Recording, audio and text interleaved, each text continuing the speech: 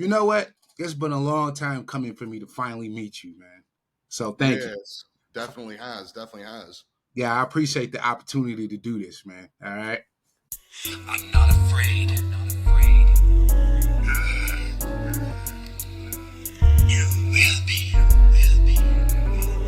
You will be. All right. So the reason I wanted to reach out to you is because I just did a show and I tagged you on it in case you haven't didn't get the chance to see it. Um, I decided I wanted to get into comedy writing. Maybe I might get into stand up, but right now, just at least comedy writing because I think that skill set will allow me to create more shows. Right. So, Yeah, for sure. so then I thought I have a few people that I know who are comedians, actual comedians, from those who are somewhat established to those who are on the come up. You being, as far as I know, on the come up. Is that correct? Yeah. Okay. Still very new. We've been working hard at it, doing what I can. Okay. Now, so, I'm going to ask you the basic questions, but for the most part, this is basically just a conversation. It's for the end goal for me to just kind of understand how the game goes and if it is a fit for me. I think it is, but, I don't know the underbelly things of everything. You know what I'm saying? Yeah. What got you started?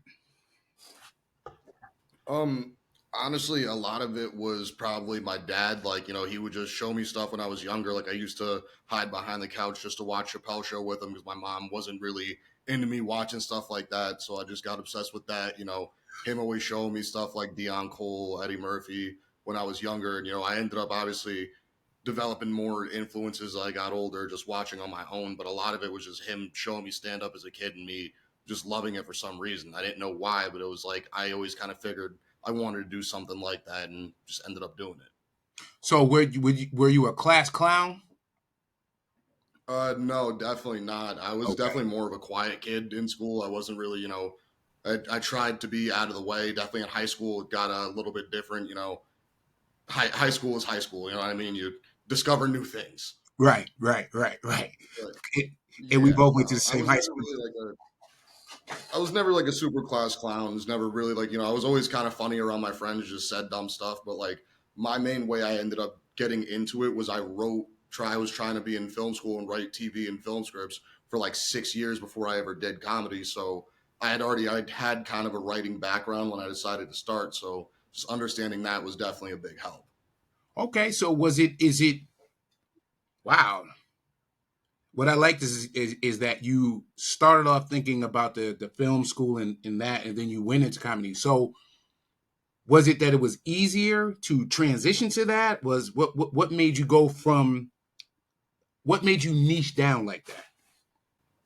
Well, to be honest, at the time I was working an absolutely insane job and I was just finding everything that happened to be so weird that I started just like kind of writing down basic premises of jokes. And then after a while, the thing that made me fully switch was after I decided to stop doing that job. I always figured, like, you know what? I have all these stories I think are cool and things I think are funny. Why don't I try and like shape them into something on stage? And then from there, it just progressed. Like I had started off doing just really shitty stories that were so, like, it's cringy looking back at it now, but I feel like that's how everybody feels after you start out. You look back at your old material and you're like, oh my God, this is terrible, but it's like I would just tell these long drawn out stories, and then over time, just through talking to older comics, some people helping me out. Like there was guys like Chris Warren, JT Moore, Mike Massaro, Mustafa Musa. There's definitely four really good guys. My friend Will Height, who I write with, some guys that really like help me shape the way I write in a bit of a different manner now. Now is he That's, okay? No, then you pretty much answered yeah. that Just question. one thing that's very important is definitely learning from the older guys. Like when people have been in it for a while, whether they're, well established or, they're not that good, like still they have a certain knowledge that you don't. It's Got you. like I'm still new to everything. So learning from these guys is always good to do. That actually brings up a strong point because that is kind of what made me. There's two things that you said. One of them being the job that you had a crazy job. Me doing DoorDash, I'm seeing, especially DoorDash in Vegas. I'm seeing I have Well, you're in Vegas. That's like Florida on the West Coast. That's all that is.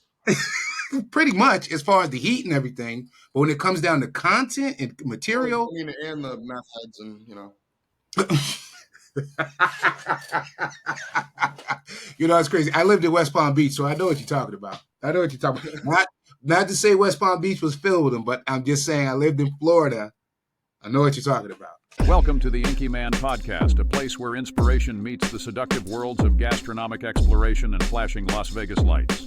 Your host, Inky Mann, will take you on a tour around the vibrant streets of Vegas while providing you with a delightful fusion of culinary delights, motivation, and insight. Whether you're craving insider information on the greatest eateries in the area or you're searching for inspiration to help you reach your goals, the Inky Mann podcast is your go-to source for everything positive, Las Vegas approved and foodie approved. So grab a seat, hit play, and let's explore Inky Mann's dynamic fusion of culinary adventures and inspiration. I don't talk about Florida. That's what's called a hack at this point. It's like so many people have a joke about how bad Florida is. Especially the Florida man premise, right? That Florida man premise has been done so many times. And it's like, obviously, when you start out, like I tried to write Florida man premises, like I was like, oh, this is funny. And then I realized how many people talk about the Florida man. Like you'll see it if you start doing stand-up, just going through, like going to open mics. You might have something that you think is so funny, but then you realize that it's just getting stepped on before because everybody's doing the same topic. So it helps you, if you're really somebody who wants to do it, it just kind of helps you build more into like, all right, my material needs to get better if I want to separate myself. If I want to be better than the rest. Like separating yourself from the pack is hard, but it's something that if you pay attention that you can do. So then, okay, now you bring up a valid point with the writing. And then I noticed that you said something about having a friend that you write with. So I have this book called, you familiar with this book called The New Comedy Bible by Judy Carter? You familiar with that one? I can't say I am. I try not to read like books about comedy and stuff like that, like do anything like, it's like the same thing as doing classes, it's like a class or a book isn't going to teach you how to be funny on stage. The only thing that's going to teach you is writing material and just time, just doing it. If you get up there and do it, that's the best teacher there is. That's what I'm learning with the book is that if anything, a line that you just said is it's not going to teach you to be funny. That's on you. But it's teaching me to structure. It's teaching me that there are different styles of jokes and which one do I think I would excel in. And so bringing up the writing point, it said something about having a writing buddy, that you should have a writing buddy when you're doing these things. So with that, this friend of yours, what was his name again? You said this. Will Haight. Do you guys meet up or on the phone or just at the whim? You just call each other, hey, I got a premise. How do y'all do that? Well, I do so much stuff in the Hartford area that on the weekends, I pretty much just live up here. So I'm with them all the time because, we already have shows together. We run a room down the street, the Spigot Cafe in Hartford. We do the Giggle Jar Comedy Productions on weekends. Our first show is April 13th, actually. But since I'm here so much, we end up just doing working on random stuff. So like we have a sketch show that we've been working on and just some other stuff that we've been working on trying to pump out. And then also it's good for, even if you guys just have new premises, like even if we're just like writing on our own, so sometimes like I'll be in my room, he'll be in his room. We'll just work out different stuff. And then at some point when we're just like in the kitchen or something later, we'll just be talking about it. And like, they can give you some like good tags or like a different way to approach a joke or punch it up. You never know. Like I've had some good advice from him. He's gotten some good advice from me and just helps punch up a joke. Nice. Okay. All right. So you're working on a sketch show and I know that you do stand-up comedy. That's not the only place that you've done. What are the places that you perform? So I've done a lot of local stuff. Like I've done a lot of Elbow Room. I've done, just like a lot of random, like, bar show stuff like that. I set up my own room at the Spigot. I just did a show at the New London Hygienic Art Gallery. That was a really interesting show. And I've done just a bunch of different stuff around. I'm kind of trying to expand out. So like next week, I'm going to be in Rhode Island for the weekend. My main thing is I like to go down to New York City to hit open mics because it's just, you can get in so many more reps in a day. Really? Okay, now I'm glad you said that, because one of the questions I was going to ask you, when you hear comedians saying that they're working out their material, this means that they're going to different clubs, trying the material to see if it's funny.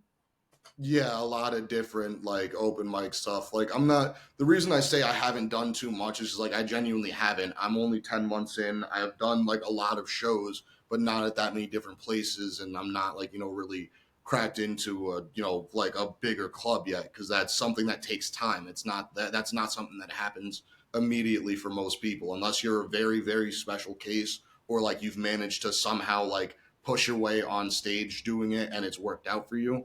Mm-hmm. That just doesn't happen to people.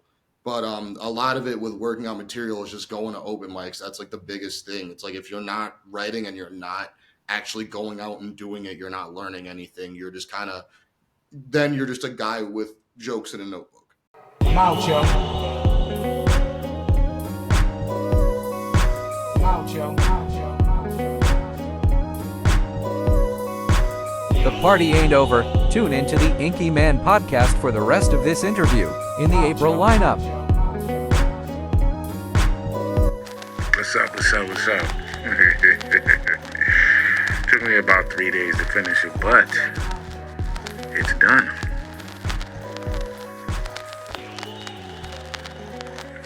Tune in to Inky Mann on Friday. Inky Mann Show. Later.